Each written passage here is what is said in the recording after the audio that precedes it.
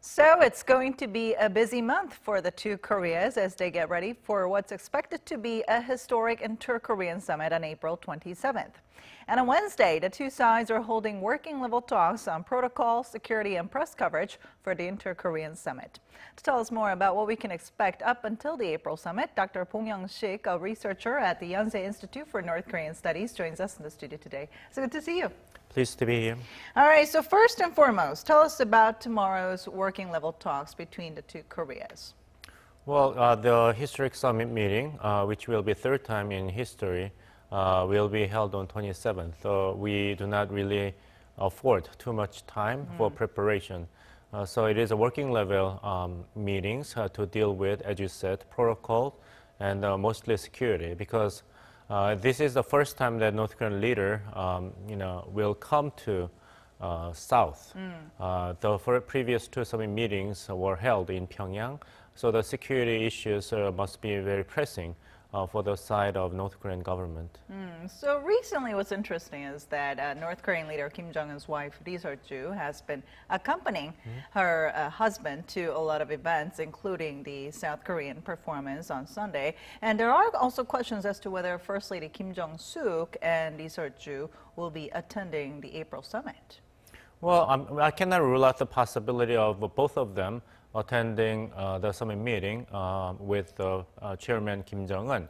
But thinking of the logistics of the third summit meeting taking place in Panmunjom, not in either in Pyongyang or in Seoul, then their roles must be quite curtailed. So although there is a growing interest in North Korean government to project the image of a normal state, just like any other countries in the world, by accompanying the First Lady or even the mother of the Supreme Leader. But in terms of logistics, there might not be the high possibility for them to accompany Mr. Kim Jong-un because of the venue of the summit meeting. Meanwhile, North Korea's Supreme People's Assembly, where decisions and policies get rubber stamped, will be holding a meeting on April 11th. Now, what kind of decisions will be approved there, especially in regards to recent developments on the Korean Peninsula and with other countries, including the U.S. and China? The foray of Mr. Kim Jong-un's political actions have been, external relations. Summit meetings scheduled with South Korea and the United States, and his sudden visit to meet Chinese President Xi Jinping. And there's a rumor that he might reach out Vladimir Putin, the president of Russia, prior to the North Korea-U.S. summit meeting. But at the same time, it is very urgent for Mr. Kim Jong-un to facilitate the domestic grounds for his foreign policy and stabilize the domestic economy and political conditions.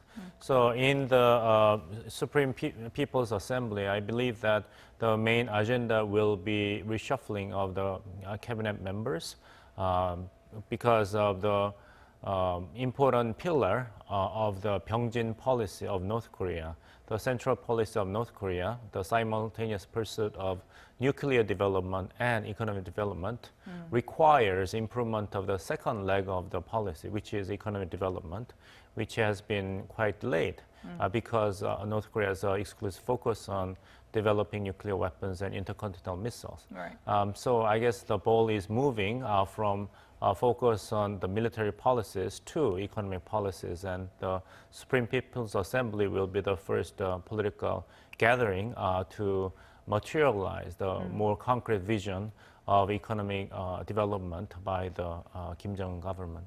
So we'll be seeing quite a shift in that sense. Now, April 15th is also officially known in North Korea as the Day of the Sun, marking the birthday of North Korea's founder, Kim Il-sung. Now, what kind of events can we expect in regards to that occasion? What kind of events can we expect? Thankfully, I could rule out North Korea waging major provocations like launching a satellite in violation of the United Nations Security Council resolutions this time.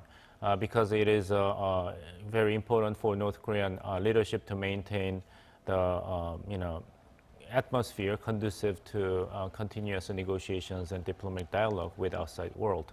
I believe that most of the actions in celebration of the Day of the Sun, the birthday of the great leader, the first leader of North Korea, and the grandfather of the current leader, Kim Jong-un, will be focused on promoting the sense of confidence and the victorious mood that urging the people to fasten their belts just a little more while so that they can achieve the huge trophy which exists just around the corner.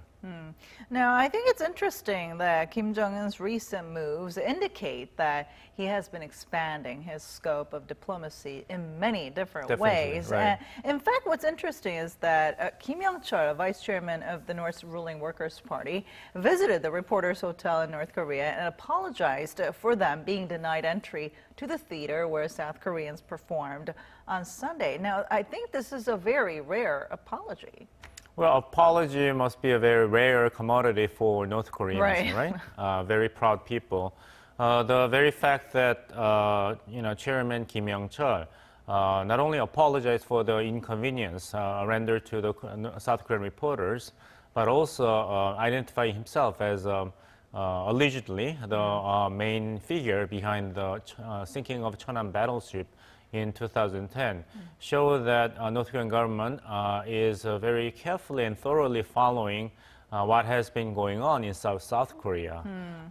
It is an example that North Korean leadership remains extremely sensitive to the changing public opinions regarding the current North-South Korean engagement and North Korea's position on many important issues. So by projecting such a soft image with an apology on as a host of the cultural event, then North Korean government must have aimed at maintaining the same image as a cordial, normal country, but at the same time made a statement that North Korea is absolutely in control of the whole situation. Now, you said earlier that it's possible that Kim Jong-un might meet with Russian President Vladimir Putin, and now North Korean Foreign Minister Lee Yong-ho is actually expected to visit Moscow. So tell us more about this visit.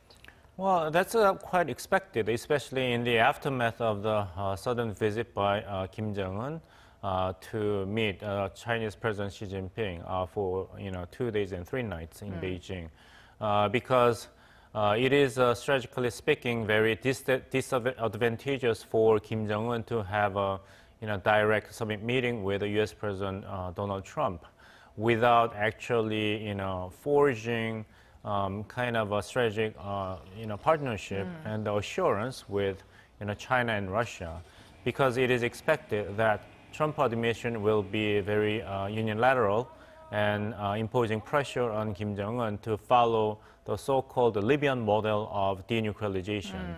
But North Korea's concept of denuclearization remains quite different from the kind of denuclearization that the United States government is demanding. Right.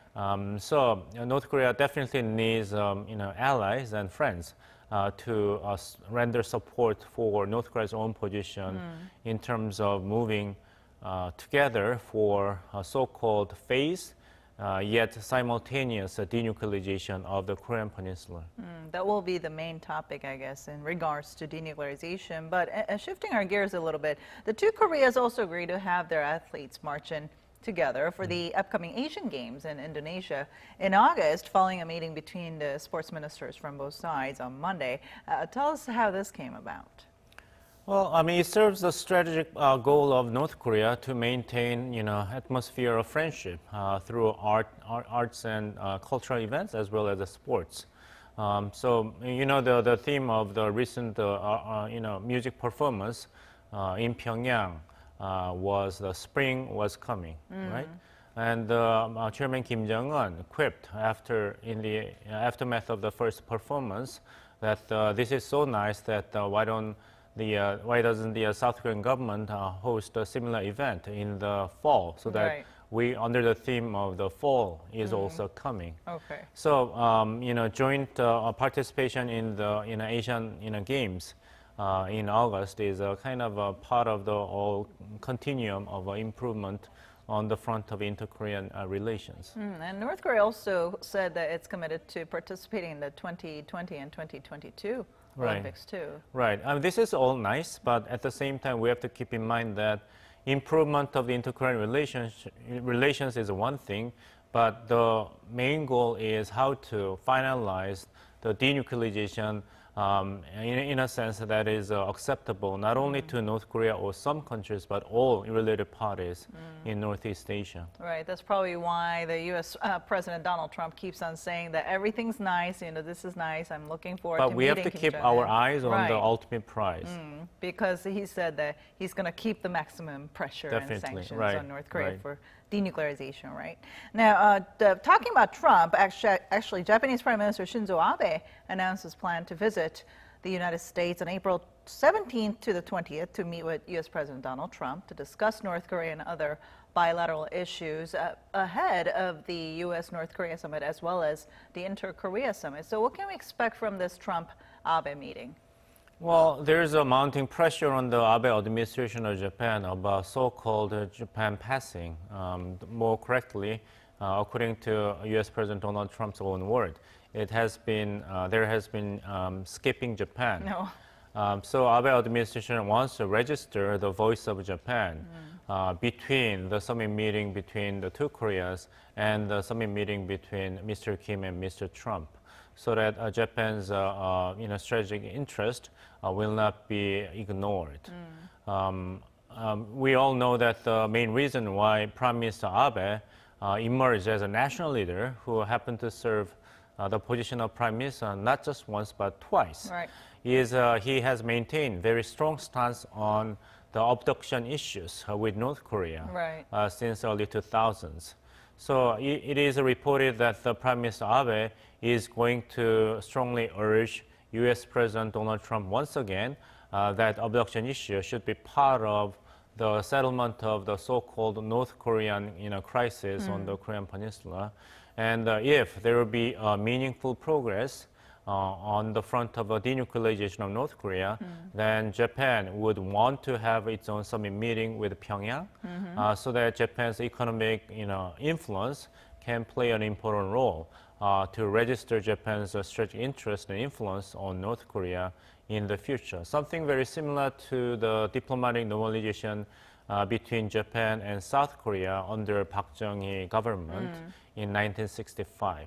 Because once North Korea will escape from the vicious cycle of provocations and international alienation, if North Korean leadership is truly committed to actual denuclearization that United States and other countries will find acceptable, then countries share the same interest to promote economic liberalization of North Korea, something akin to the Chinese path since 1970s.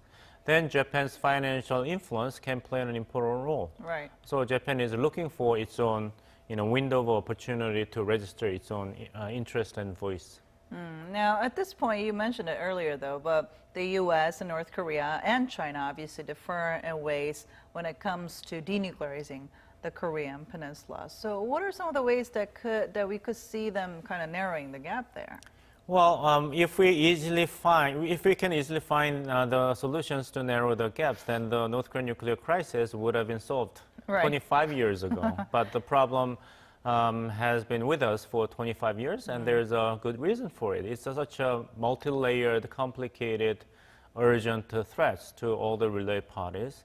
But one thing is really clear, that time has almost run out, that North Korea's nuclear and the intercontinental missile capability pose not just a remote threat to the United States, but the United States is really serious about the magnitude and urgency of what kind of threats North Korea can pose on the United States. So United States will not really budge this time with some kind of promise made by North Korean leadership. It would definitely demand concrete actions followed by the North Korean leadership in terms of very concrete steps toward denuclearization. Unless North Korean leadership will take concrete actions to dismantle its nuclear facilities and transfer the nuclear facilities, machines, and materials out of the country, then I don't see there's any reason for the Trump administrations to immediately relinquish the existing economic sanctions on North Korea. The main reason why North Korean leadership came out to talk to the United States. All right. Thank you so much for your insight today. You're welcome.